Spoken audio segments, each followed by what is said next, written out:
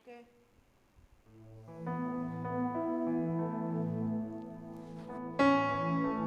Selamat pagi Bapak Ibu Saudara sekalian. Shalom, lambaikan tangannya yang pagi hari ini rindu akan hadirat Tuhan. Mari kita sama-sama datang kepada Tuhan pagi hari ini dengan hati yang rindu, lapar akan firman Tuhan yang akan menyegarkan jiwa kita, yang akan memberikan kekuatan yang baru, semangat yang baru hari-hari ini. Mari masuk hadirat Tuhan, kita sembah Tuhan pagi hari ini. Nyatakan kerinduanmu pagi hari ini. Shandarala barala barala barala barala barala yes. Shandarala barala barala barala barala barala yes. Mari datang di hadapan Tuhan, sembah Tuhan. Hati yang rindu pada Tuhan pagi ini, hanya pada Yesus Allah kita kami sembah Kau Tuhan. Haleluya, haleluya. Yaralabaya syanda, ralabaya syanda, yaralabaya syande. Kami rindu menyembah-Mu. Haleluya.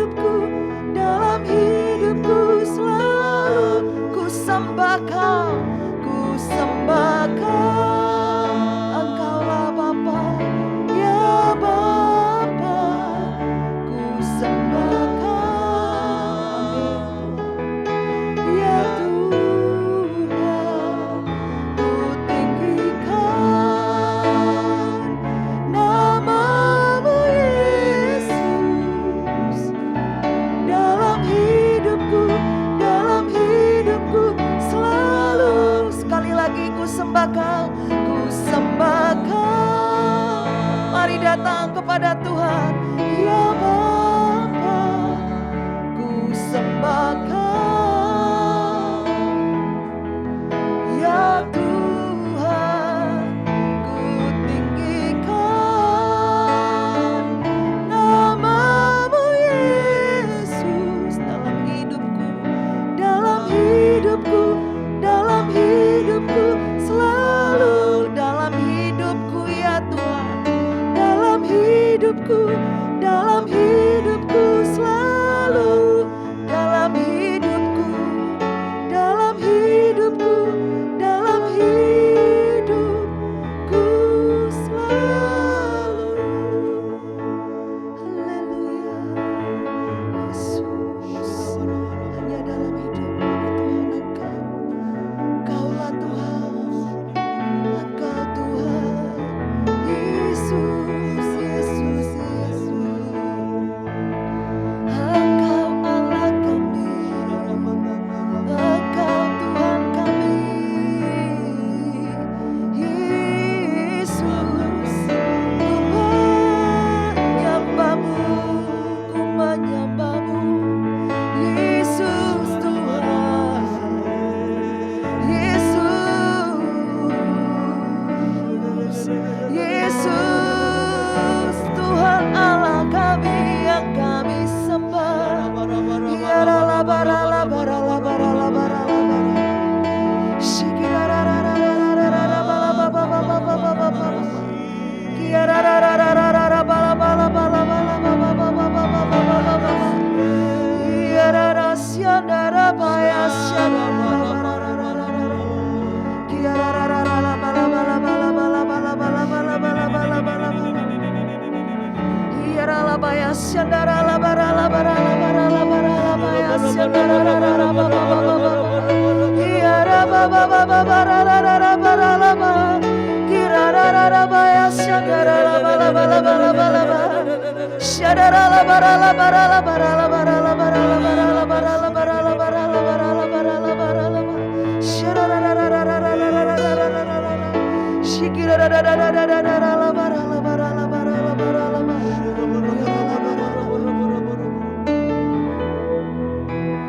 Ku rindu setiap waktu hidupi kebenaran-Mu, bukan dengan kuatku, namun karena Roh-Mu. Yesus Kau yang ku pegang teguh, Engkaulah Tuhan, Engkaulah Tuhan, Engkaulah Raja. Berdaulat atas hidupku, ku berserah penuh. Katakan Engkaulah Tuhan, Engkaulah Tuhan, amin. Engkaulah Raja, berdaulat atas hidupku, ku berserah penuh. Sekali lagi katakan Engkaulah, Engkaulah Tuhan, Yesus. Engkaulah Raja, berdaulat atas hidupku, ku berserah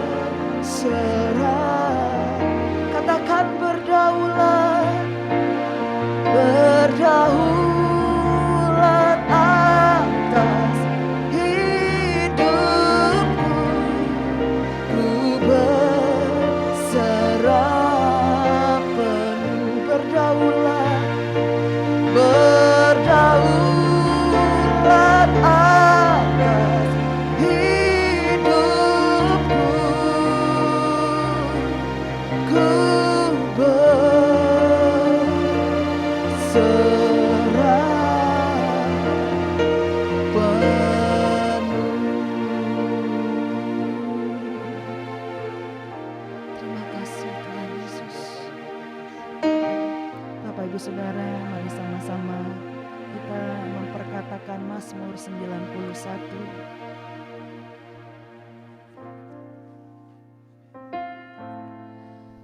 Dalam lindungan Allah, orang yang duduk dalam lindungan yang maha tinggi dan bermalam dalam naungan yang maha kuasa akan berkata kepada Tuhan, tempat perlindunganku dan kubu pertahananku, Allahku yang kupercayai. Sungguh dialah yang akan melepaskan engkau dari jerat penangkap burung, dari penyakit sampar yang busuk.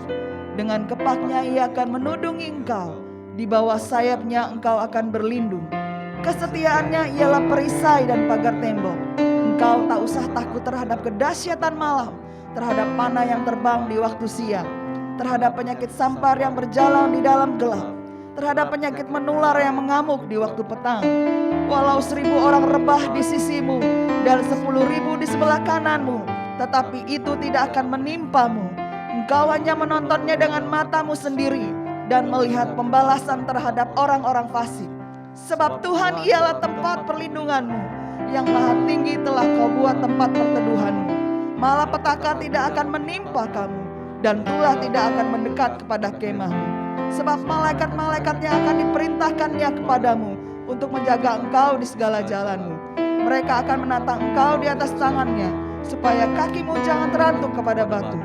Singa dan ular tedung akan kau langkahi. Engkau akan menginjak anak singa dan ular naga. Sungguh hatinya melekat kepadaku, maka aku akan meluputkannya.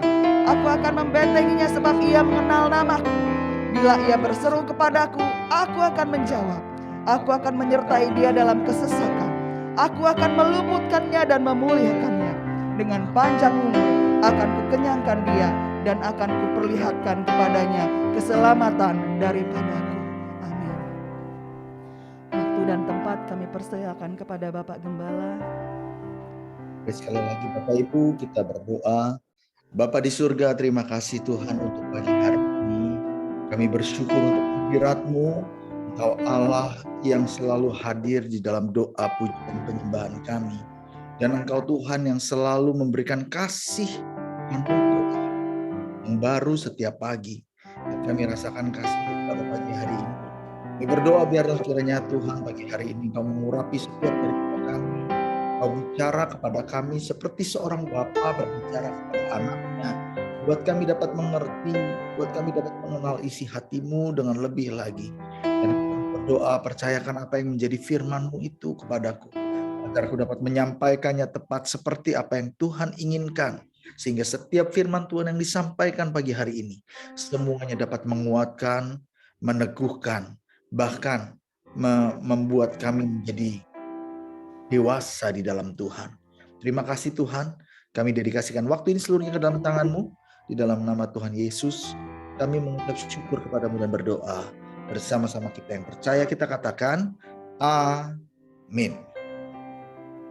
Puji Tuhan. Shalom saudara yang dikasih Tuhan. Kalau saudara bisa mendengarkan suara saya dengan baik, tolong lambaikan tangannya tinggi-tinggi. Puji Tuhan, selamat pagi bagi kita semua. Bersyukur sekali lagi pagi hari ini kita bisa ada di dalam doa pagi untuk belajar firman Tuhan bersama-sama dan merenungkan firman Tuhan bersama-sama. Nah saudara yang dikasih Tuhan, pagi hari ini saya mau masuk lebih lagi ke dalam pembahasan kita tentang kitab Yunus. Kemarin saya berbicara bagaimana seringkali kita memiliki pengenalan kita masing-masing tentang Allah, gambaran kita masing-masing tentang Allah. Dia maha pengasih, dia maha pengampun, dia maha penyayang, dan dia maha sabar, saudara. Tetapi apakah artinya Tuhan tidak boleh menegur kita? Apakah artinya Tuhan tidak bisa menghajar kita? Ya, bukan hanya mengajar, tetapi menghajar atau memukul kita.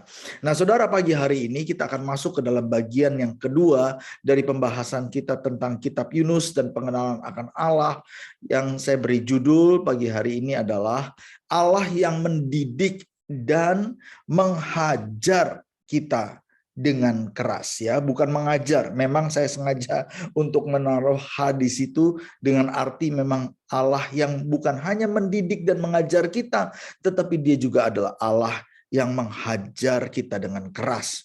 Nah, di dalam kitab Yunus pasalnya yang pertama, ayatnya yang ke-7 sampai ke-12, lalu kemudian di dalam ayat yang ke-15 sampai dengan ayat yang ke-17, firman Tuhan berkata, lalu berkatalah mereka satu dengan yang lain. Ya, ini adalah nahkoda kapal dan juga awak kapal yang ditunggangi oleh Yunus pada waktu itu, yang kapalnya sedang dihantam dengan badai besar. Dan mereka ingin mencari tahu apa penyebabnya dan siapa, gara-gara siapa. Maka kapal atau perahu mereka sampai dihajar oleh badai yang besar. Maka Yunus 1 ayat ke-7 dikatakan, lalu berkatalah mereka satu sama yang lain, marilah kita buang undi supaya kita mengetahui karena siapa kita ditimpa oleh malapetaka ini. Mereka membuang undi dan Yunuslah yang kena undi. Berkatalah mereka kepadanya, beritahukan kepada kami karena siapa kita ditimpa oleh malapetaka ini. Ya, mereka masih belum ngerti, kok Yunus yang bisa kena undi gitu ya. Makanya mereka katakan, beritahu kepada kami karena siapa kita ditimpa oleh malapetaka ini. Apa pekerjaanmu dan dari mana engkau datang dan apa negerimu dan dari bangsa manakah engkau? Sahutnya kepada mereka, aku seorang Ibrani. Aku takut akan Tuhan, Allah yang empunya langit, yang telah menjadikan lautan dan juga menjadikan daratan. Orang-orang itu menjadi sangat takut, lalu berkata kepadanya, apa yang telah kau perbuat? Sebab orang-orang itu mengetahui bahwa ia melarikan diri jauh dari hadapan Tuhan. Hal itu telah diberitahukannya kepada mereka. Ya, setelah Yunus cerita, mereka tahu, oh ternyata Yunus sedang lari, kabur, menjauh dari hadapan Tuhan. Ayat 11.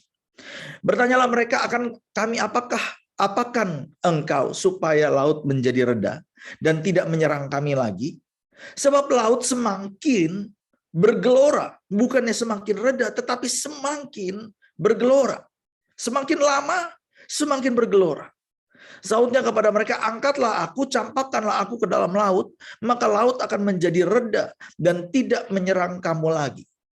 Sebab aku tahu bahwa karena akulah badai besar ini menyerang kamu. Kemudian mereka mengangkat Yunus, lalu mencampakkannya ke dalam laut, dan laut berhenti mengamuk. Orang itu menjadi sangat takut kepada Tuhan, lalu mempersembahkan korban sembelihan bagi Tuhan, serta mengikrarkan nazar. Ayat ke-17. Maka atas penentuan Tuhan datanglah seekor ikan yang besar yang menelan Yunus, dan Yunus tinggal di dalam perut ikan itu 3 hari 3 malam lamanya. Saudara yang dikasihi Tuhan, kemarin kita belajar bahwa Tuhan Allah yang kita sembah adalah Tuhan Allah yang memanggil kita dan memberikan kepada kita talenta, keterampilan, karunia-karunia roh dengan maksud supaya Tuhan bisa pakai saudara dan saya untuk melakukan kehendaknya. Nah, Tuhan panggil Yunus menjadi nabi. Tuhan urapi dia. Tuhan berikan karunia-karunia ketajaman, karunia roh untuk membedakan suara Tuhan dan membedakan kehendak Tuhan. Tuhan berikan karisma kepada Yunus, memberikan talenta kepadanya. Tujuannya adalah supaya Yunus bisa dipakai oleh Tuhan untuk melakukan kehendak Tuhan. Dan salah satu kehendaknya adalah untuk Yunus menyampaikan firman kepada penduduk kota Niniwe yang kejam dan yang sangat keras itu. Namun kemarin juga kita sudah bahas bahwa Yunus ternyata menolak panggilan Allah itu.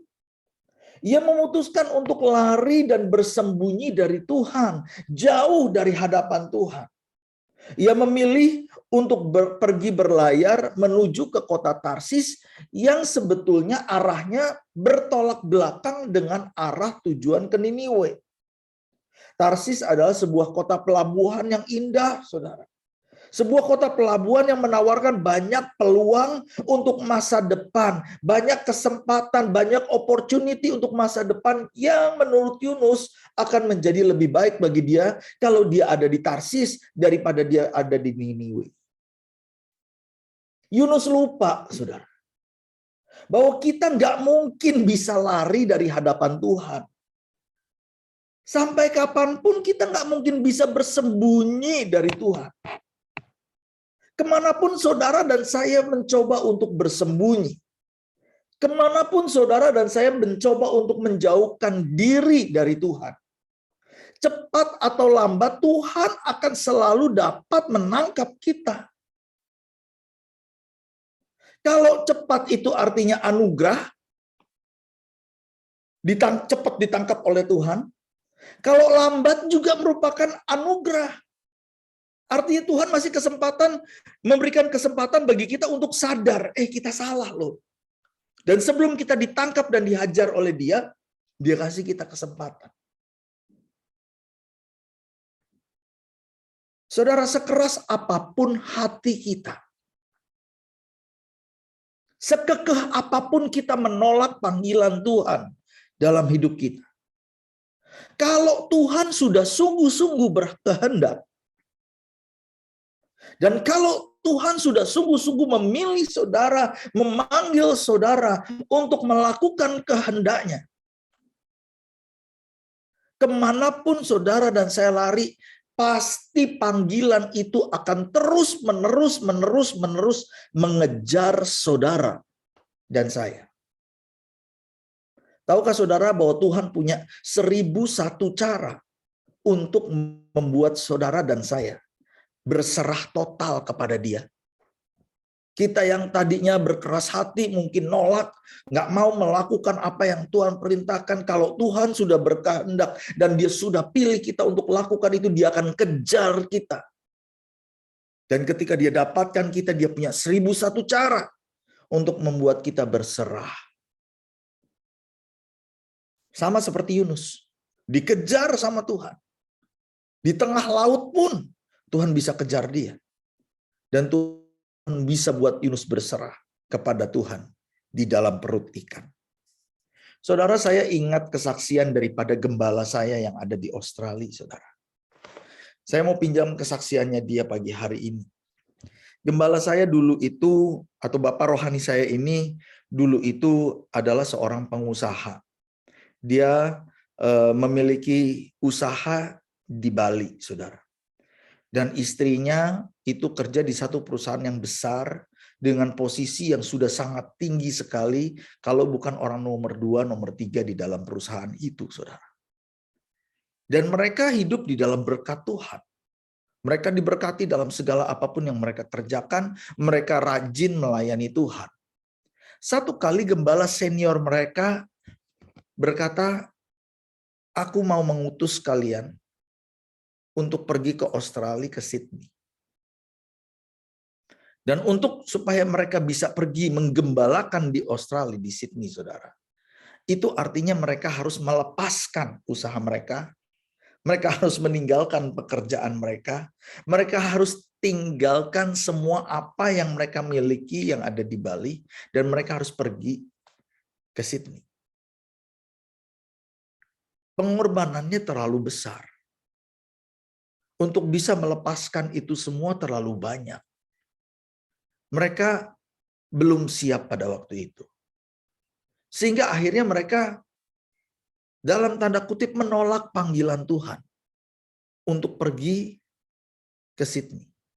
Terutama ibu gembala. Ya, ibu gembala saya. Karena bagi dia berat untuk bisa meninggalkan itu, saudara. Bapak gembala saya pada waktu itu sudah mulai merespon, tetapi ibu gembala masih belum bisa melepaskan itu. Akhirnya Tuhan tegur dan Tuhan hajar mereka. Ibu gembala saya mulai ada benjolan di dalam payudaranya. Pergi kemana berobat, nggak ada dokter yang tahu kenapa ada benjolan di situ. Sudah di biopsi dan lain sebagainya, nggak ada yang tahu itu apa. Nggak bisa disembuhkan, saudara. Dan dia menjadi sangat takut dan sangat khawatir sekali. Dan pada waktu itu, akhirnya mereka berdoa dan berdoa dan berdoa.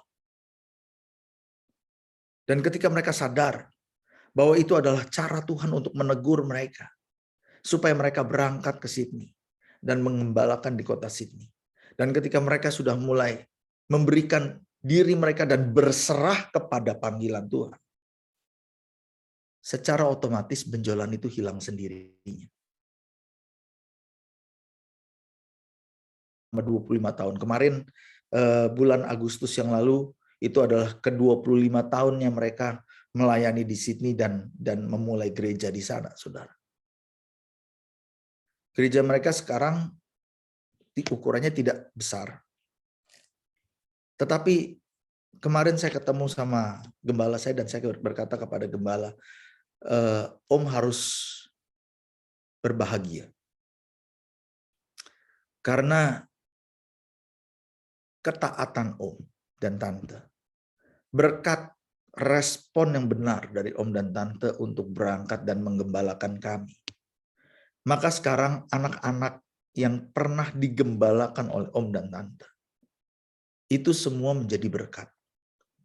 Baik yang ada di marketplace, maupun yang ada di dalam gereja. Baik yang melayani sebagai hamba Tuhan, maupun yang melayani Tuhan sebagai pengusaha. Semuanya diberkati oleh Tuhan. Karena apa yang Om dan Tante sudah lakukan. Oleh sebab itu, saya sampaikan waktu saya ketemu dengan mereka, saya sampaikan, Om dan Tante adalah Bapa yang berbahagia. Karena anak-anaknya adalah anak-anak yang diberkati oleh Tuhan. Dan mereka adalah anak-anak yang setia dan mengasihi Om dan Tante. Kita ada hari ini berkat apa yang ditabur oleh Om dan Tante. Saudara, saya ada hari ini, saya bisa menjadi hamba Tuhan dan menggembalakan saudara pun itu karena apa yang mereka lakukan.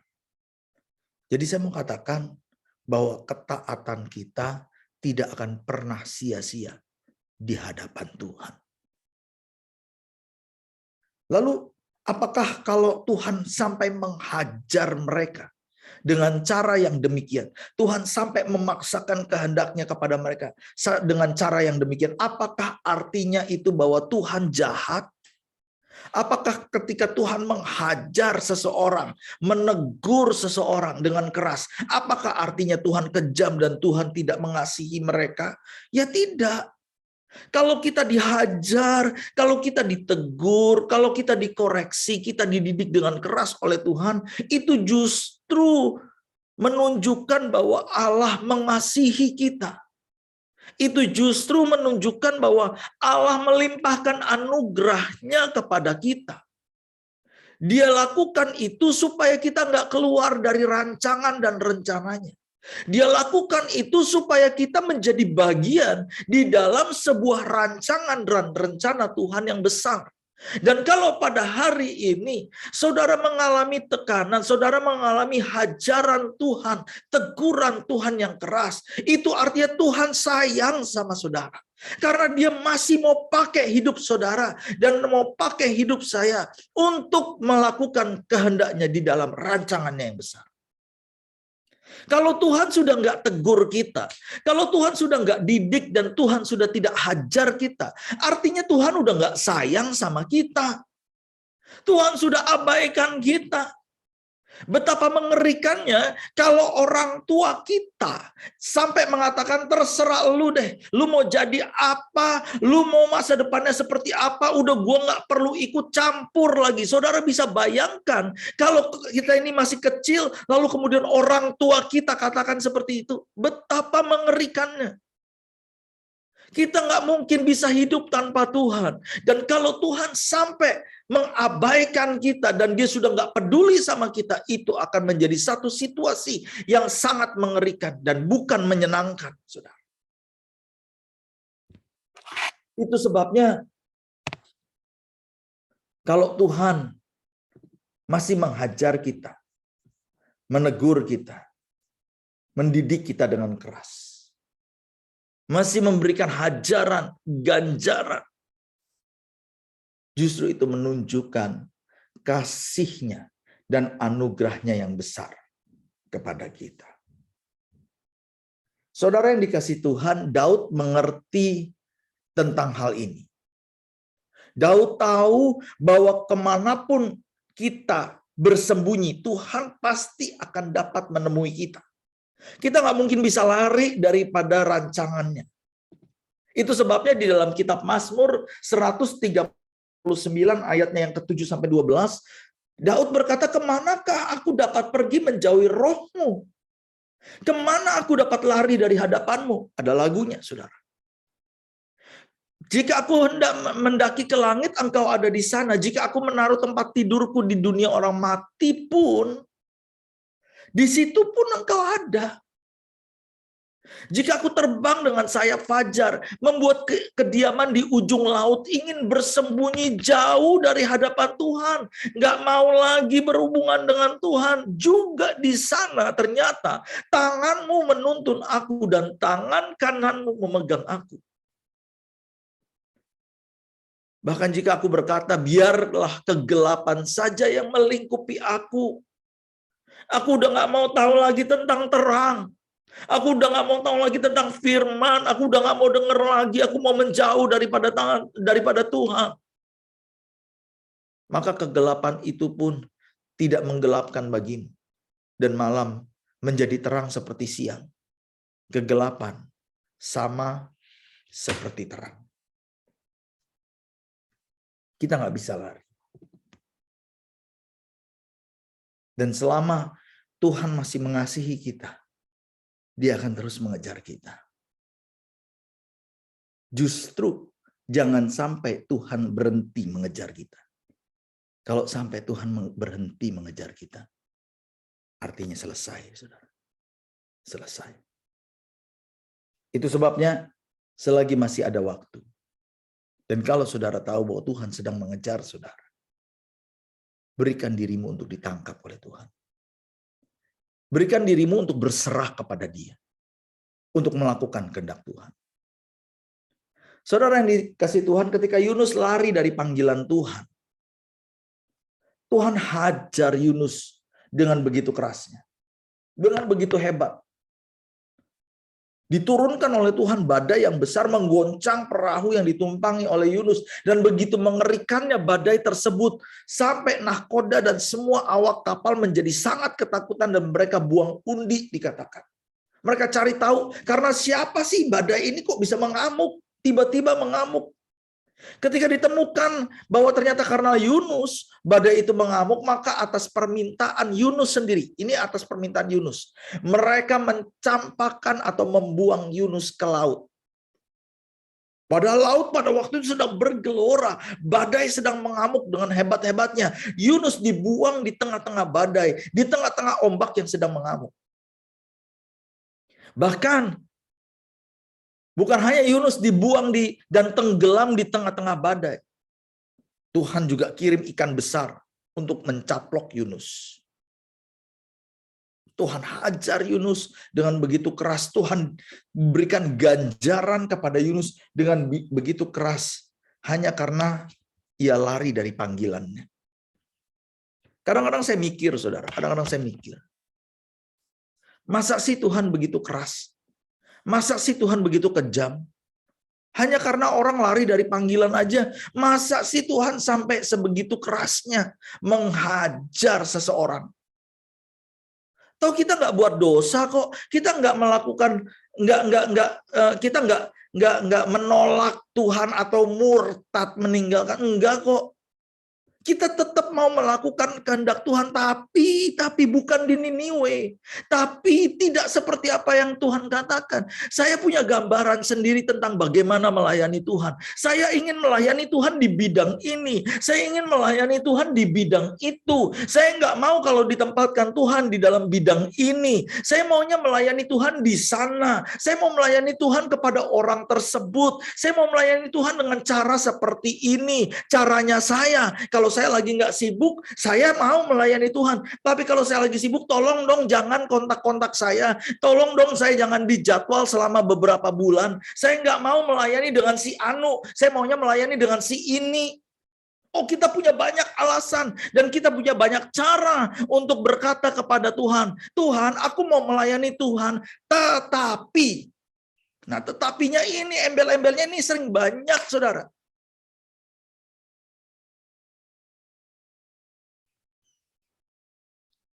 Itu sebabnya kita perlu belajar.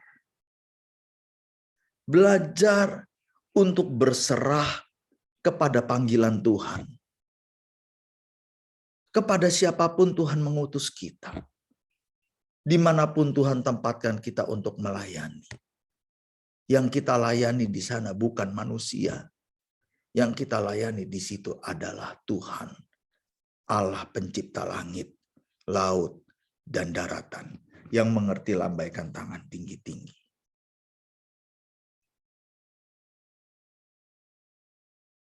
Oh, nanti kita akan lihat, saudara. Nanti kita akan lihat bagaimana ketaatan daripada Yunus. Padahal dia melakukannya, mengucapkan satu nubuatan dengan begitu singkat dan begitu pendek. Tapi ketaatannya membawa dampak yang sangat besar. Demikian juga saudara dan saya, ketaatan kita meskipun kecil, kelihatannya sederhana, tetapi ketaatan kita untuk melakukan kehendak Tuhan akan membawa dampak yang besar. Saudara nggak akan pernah tahu apa yang Tuhan akan lakukan. Bagian kita bukan untuk tahu itu. Bagian kita adalah untuk taat dengan apa yang diperintahkan oleh Tuhan. Amin, saudara. Amin.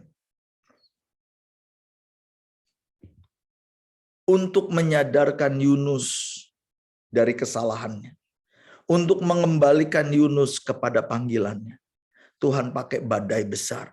Tuhan pakai ikan besar. Untuk menyelamatkan Yunus justru. Karena kita nggak pernah tahu, seandainya Tuhan tidak intervensi, tidak kirim badai dan tidak kirim ikan besar, Yunus tetap dibiarkan untuk pergi ke Tarsis, kita nggak akan pernah tahu akan jadi apa Yunus di sana. Kelihatannya lebih baik, kelihatannya lebih oke, tapi kita nggak pernah tahu apakah di Tarsis Yunus akan tergoda untuk melakukan dosa, tergoda untuk hidup di dalam dosa, tergoda untuk menjauh daripada Tuhan. Kita nggak pernah tahu. Tetapi yang kita tahu adalah ketika Tuhan intervensi dalam perjalanan Yunus tersebut dan Yunus dikembalikan kepada panggilannya, justru Tuhan pakai Yunus untuk membawa pertobatan besar di Niniwe. Dan sampai hari ini kita masih memanggil dia sebagai Nabi Allah. Masih dihormati. Masih kita bahas kisah hidupnya. Karena Tuhan intervensi. Saudara bisa bayangin nggak kalau Tuhan nggak intervensi dalam hidup kita? Tuhan biarkan kita jalan semaunya kita. Kita nggak tahu loh, nanti di depannya ini bakalan seperti apa, saudara. Tapi kalau hari ini Tuhan masih intervensi sama saudara, Tuhan masih cegah kita untuk melakukan hal-hal yang kita pengen tetapi tidak sesuai dengan kehendak Tuhan. Dia masih cegah, itu artinya Tuhan sayang sama kita.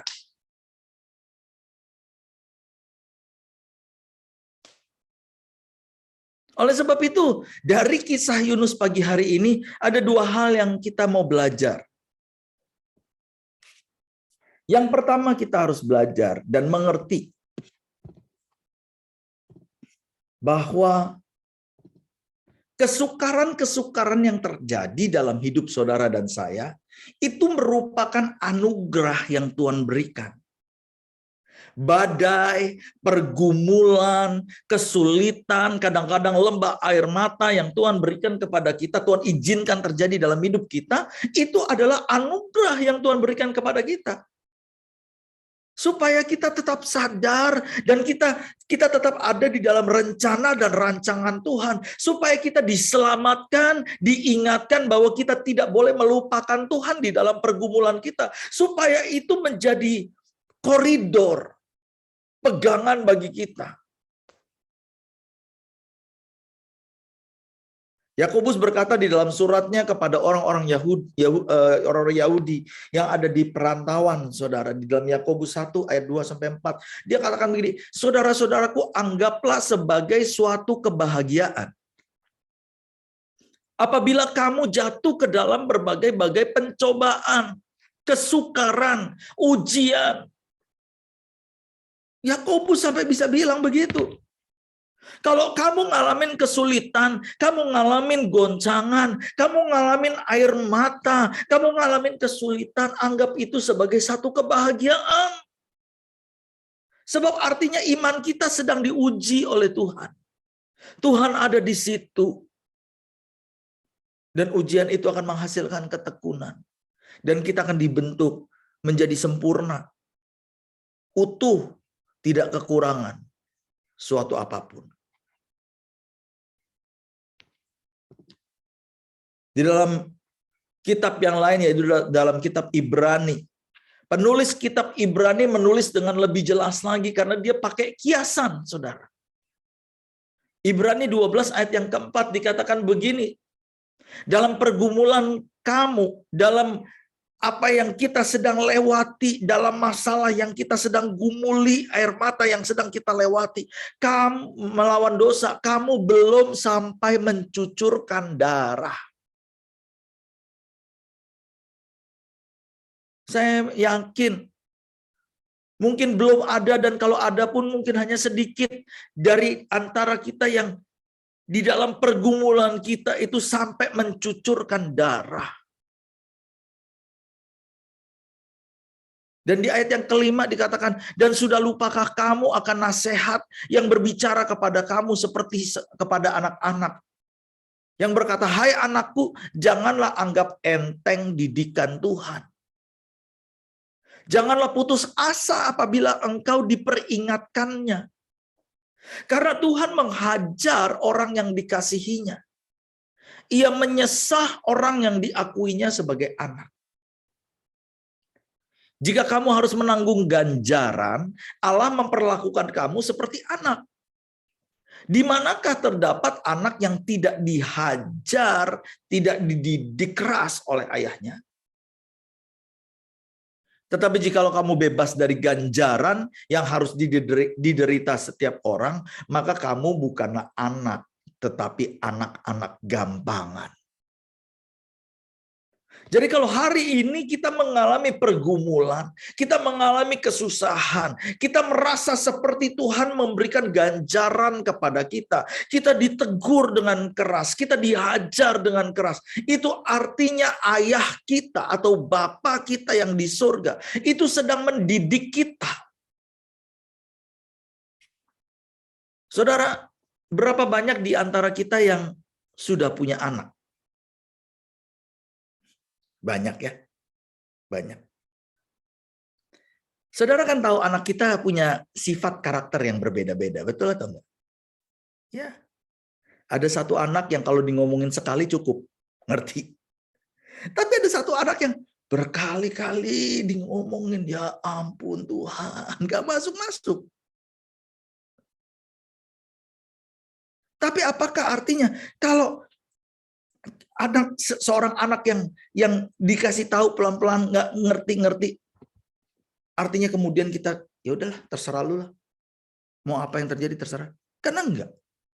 Sebagai bapak atau sebagai ibu kita punya tanggung jawab untuk mendidik anak tersebut sampai dia ngerti, sampai dia bisa mandiri, betul atau tidak? Itu sebabnya kadang-kadang kita marah sama dia. Itu sebabnya kadang-kadang kita pukul dia. Itu sebab, saudara, saya mau tanya sama saudara. Saya nggak tahu apakah saudara merasakan hal yang sama. Ketika saudara marah dan mukul anak saudara, saudara rasa miris nggak sih di sini? Saudara bisa rasakan itu? Oh, saya ingat pertama kali saya mukul anak saya itu saya nangis, saudara. Seminggu sampai saya nangis, merasa bersalah. Saya yang minta ampun sama Tuhan, justru saya. Anak itu mah udah lupa. Saya minta ampun sama Tuhan sampai nangis hati saya.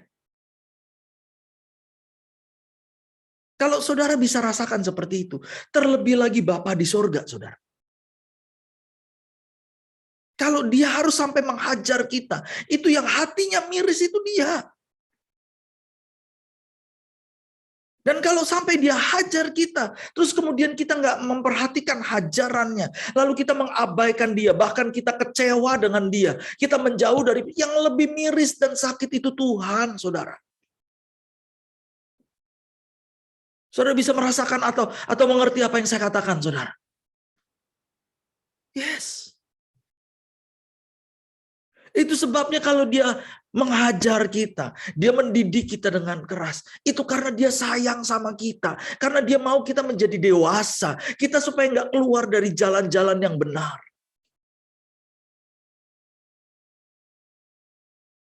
Nah, saudara yang dikasih Tuhan, memang ada banyak cara Tuhan mendidik seseorang. Ada yang dikasih tahu sekali aja udah ngerti, tapi ada yang dikasih tahu berkali-kali agak lambat ngertinya. Makanya perlu dihajar. Tapi apapun kita, mari responi hajaran Tuhan itu dengan benar, teguran Tuhan itu dengan benar. Kita lihat lagi ya ke dalam kitab Ibrani tadi. Lanjut ayatnya yang ke-9. Selanjutnya dari ayah kita yang sebenarnya, ayah jasmani kita. Kita beroleh ganjaran dan mereka kita hormati. Ya. Kita dipukul oleh orang tua kita dihajar oleh mereka, kita dididik dengan keras oleh mereka, saudara. Tapi kita tetap menghormati orang tua kita kan? Kalau demikian, bukankah kita harus lebih taat kepada Bapa segala roh supaya kita boleh hidup? Kalau Bapa jasmani saja yang tidak berkuasa atas hidup saudara dan saya, itu kita takuti kalau dia marah sampai mukul kita. Kita hormati dia. Kita takuti dia. Apalagi Bapa di sorga yang memiliki kuasa untuk mengambil nyawa saudara dan saya. Apalagi Bapa di sorga yang berkuasa atas hidup saudara dan saya. Bukankah kita seharusnya lebih takut dan lebih hormat kepada dia? Tapi permasalahannya anak Tuhan tuh selalu berpikir begini, Tuhan kan maha pengasih, Tuhan kan maha penyayang, Tuhan kan sabar, lebih sabar dari Bapak jasmani saya, lebih sayang daripada Bapak jasmani. Jadi gak apa-apa lah, kita bandel-bandel sedikit gak apa-apa, Tuhan akan ngampunin. Kita jatuh-jatuh dikit gak apa-apa lah, Tuhan masih ngampunin. Toh dia adalah Bapak yang penyayang. Nah, ini pola pikir yang salah. Pola pikir yang salah. Justru ketika dia menghajar kita, menegur kita, kita harus menghormati dia. Tuhan kadang menghajar kita dengan berbagai pergumulan, permasalahan. Tapi Tuhan juga bisa menegur dan menghajar kita melalui pemimpin. Oleh sebab itu kita harus bisa melihat. Kalau pemimpin menegur kita, itu artinya Tuhan sedang pakai dia untuk menegur kita.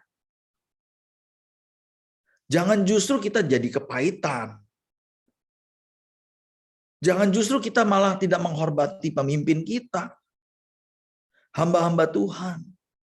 Para pemimpin yang Tuhan telah tempatkan. Kita justru harus menghormati mereka. Karena kalau kita ditegur artinya kita diperhatikan. Kita disayang. Amin. Satu ketika, saudara, saya menerima teguran keras dari gembala pembina. Keras. Dan kesalahan saya cuma sedikit. Kesalahan saya hanya kesalahan redaksi menulis surat. Redaksi menulis surat. Menulis surat undangan yang harus saya kirim kepada hamba-hamba Tuhan yang lain dan juga kepada gembala pembina. Ketika dia terima surat itu, dia lihat bagaimana saya menulis itu, marah, saudara. Ya, karena sekretaris saya ternyata menulis dengan cara yang salah. Marah. Dan ketika dia marah, itu anak-anak yang lain yang bantu saya pada waktu itu, mereka bingung, saudara. Mereka takut sekali. Bahkan ada beberapa yang sudah hampir kecewa pada waktu itu. Kok Bapak kita sampai marahnya kayak gitu ya? Surat undangan yang kita kirim ke pendeta-pendeta lain nggak pernah berkomentar apa-apa kok. Mereka cuek-cuek aja terima surat itu. Mereka baca, mereka nggak tersinggung. Tapi kenapa Bapak kita sendiri sampai tersinggungnya seperti itu ya? Marahnya sampai sebegitu. Padahal cuma kesalahan redaksi. Saudara tahu saya masuk ke dalam kamar, saya berdoa. Lalu saya ingat pada waktu itu Tuhan ajar saya. Dan setelah saya tahu bahwa Tuhan bicara kepada saya sampaikan kepada tim pada waktu itu. Saya sampaikan kepada mereka. Kalian tahu nggak? Kenapa kita panggil gembala pembina kita itu sebagai bapak rohani kita? Kalau kita panggil dia sebagai bapak rohani, artinya kita ini adalah anak dan kita sudah memberikan hak kepada dia untuk menegur kita, mengajar kita, mendisiplin kita sebagai bapak rohani. Hamba Tuhan yang lain nggak peduli, nggak marah, karena mereka bukan bapak kita. Dan kita bukan anaknya mereka. Makanya kita salah pun mereka nggak peduli. Mereka nggak marah. Bukan artinya mereka nggak marah itu artinya mereka lebih sayang loh. Mereka lebih sabar sama kita. Bukan. Mereka nggak marah karena kita bukan anaknya mereka. Ada saudara di sini yang kerjaannya suka marahin anak orang? Nggak ada kan? Kita marah sama anak kita sendiri karena kita mau didik anak kita. Betul atau tidak Bapak Ibu? Kadang-kadang kita lebih bawel daripada orang lain. Betul apa enggak? Anak kita kadang-kadang bilang, Papa, Mama ini bawel amat sih. Om, Tante aja nggak bawel kok. Coba kira-kira Bapak Ibu kalau anak kita ngomong kayak begitu, kita bilang apa sama dia? Lu mau sama Om Tante, lu jadi anak Om Tante aja terserah lu. Coba aja lu kalau nggak dimarahin sama dia. Betul apa enggak? Kadang kita sebagai orang tua kita lebih bawel dari Om Tante.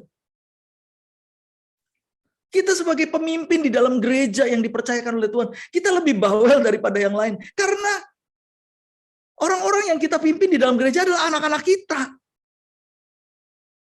Dan kalau Tuhan percayakan kepada kita, anak-anak itu adalah tanggung jawab kita untuk ngajarin mereka, untuk negor mereka, untuk menghajar mereka. Bagian yang tidak enak karena setiap kali kita mengajar itu selalu miris di sini.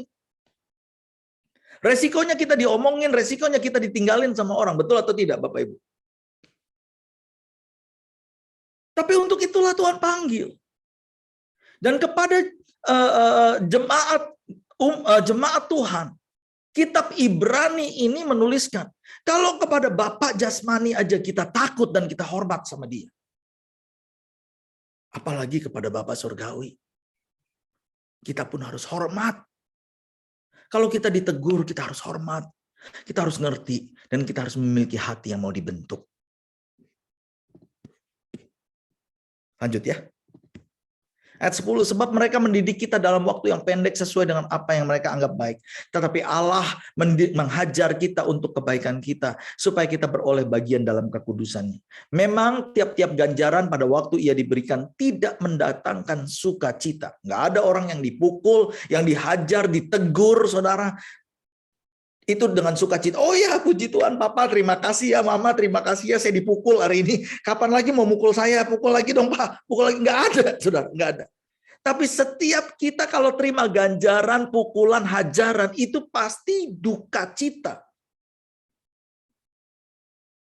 Tetapi kemudian hajaran itu atau ganjaran itu justru menghasilkan buah kebenaran yang memberikan damai kepada mereka untuk dilatih olehnya.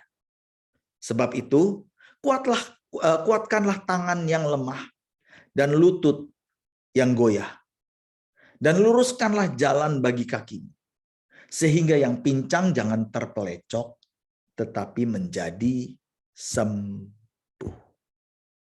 Rupanya saudara yang dikasihi Tuhan, orang yang dididik dan dihajar oleh Tuhan, tangannya bisa lemah, lututnya bisa goyah, jalannya bisa pincang. Dan penulis kitab Ibrani ini meminta kita untuk tetap menghormati Tuhan. Takut akan Tuhan.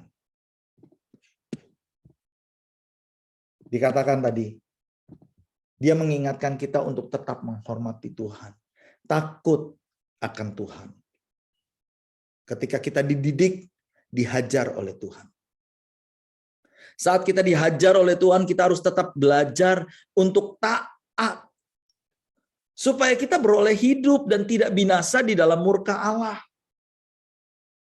Penulis kitab Ibrani mengingatkan kita untuk saling menguatkan. Supaya mereka yang sedang diproses, yang sedang dididik, sedang dihajar oleh Tuhan, kakinya nggak terpelecok, saudara. Tetapi justru menjadi sembuh, dia diubahkan, dan bahkan dipulihkan oleh Tuhan.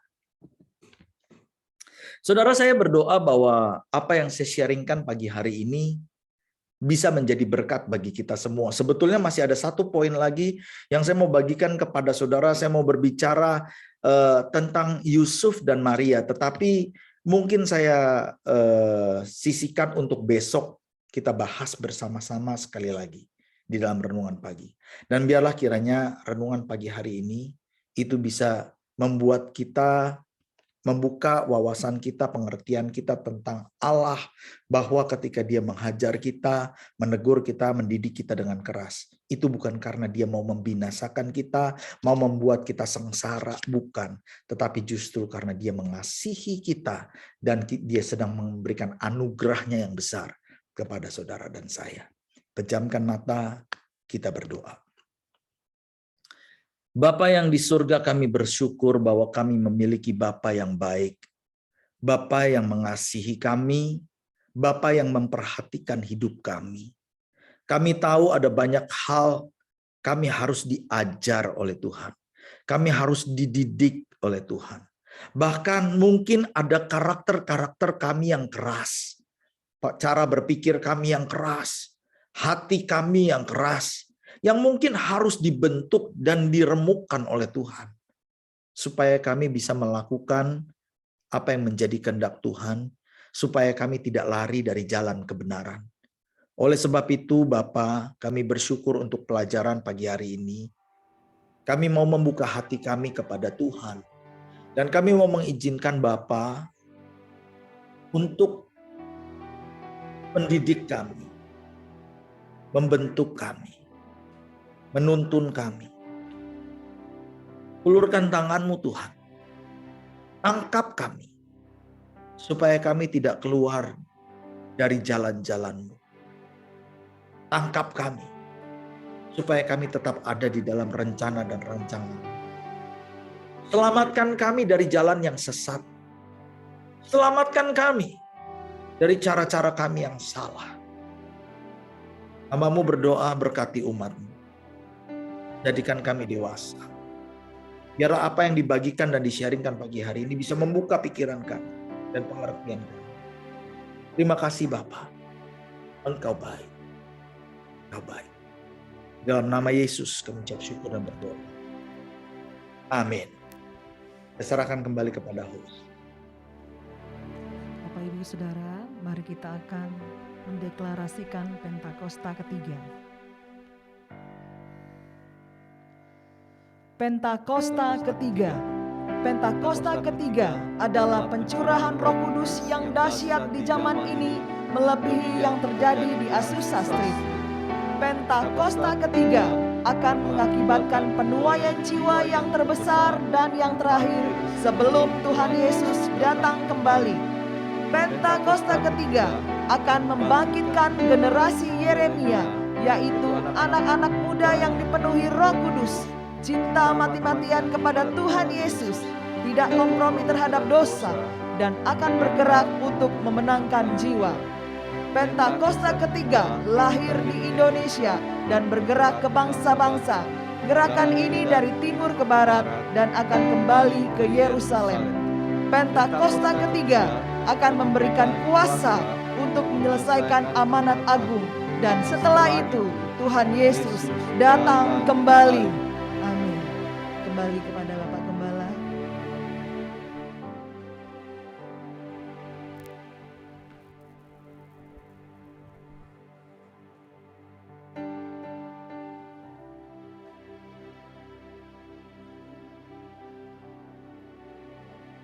Pak Budi suaranya Pak.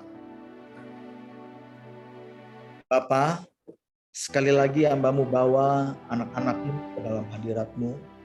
Hamba-Mu berdoa biarlah kiranya Tuhan Engkau memberkati anak-anak-Mu dengan berkat dari Bapa Surgawi. Berkat yang diberikan kepada anak yang dikasihi. Anak-anak yang telah ditebus. Anak-anak yang dipanggil, anak-anak yang dididik. Anak-anak yang layak untuk menerima warisan dari Bapaknya.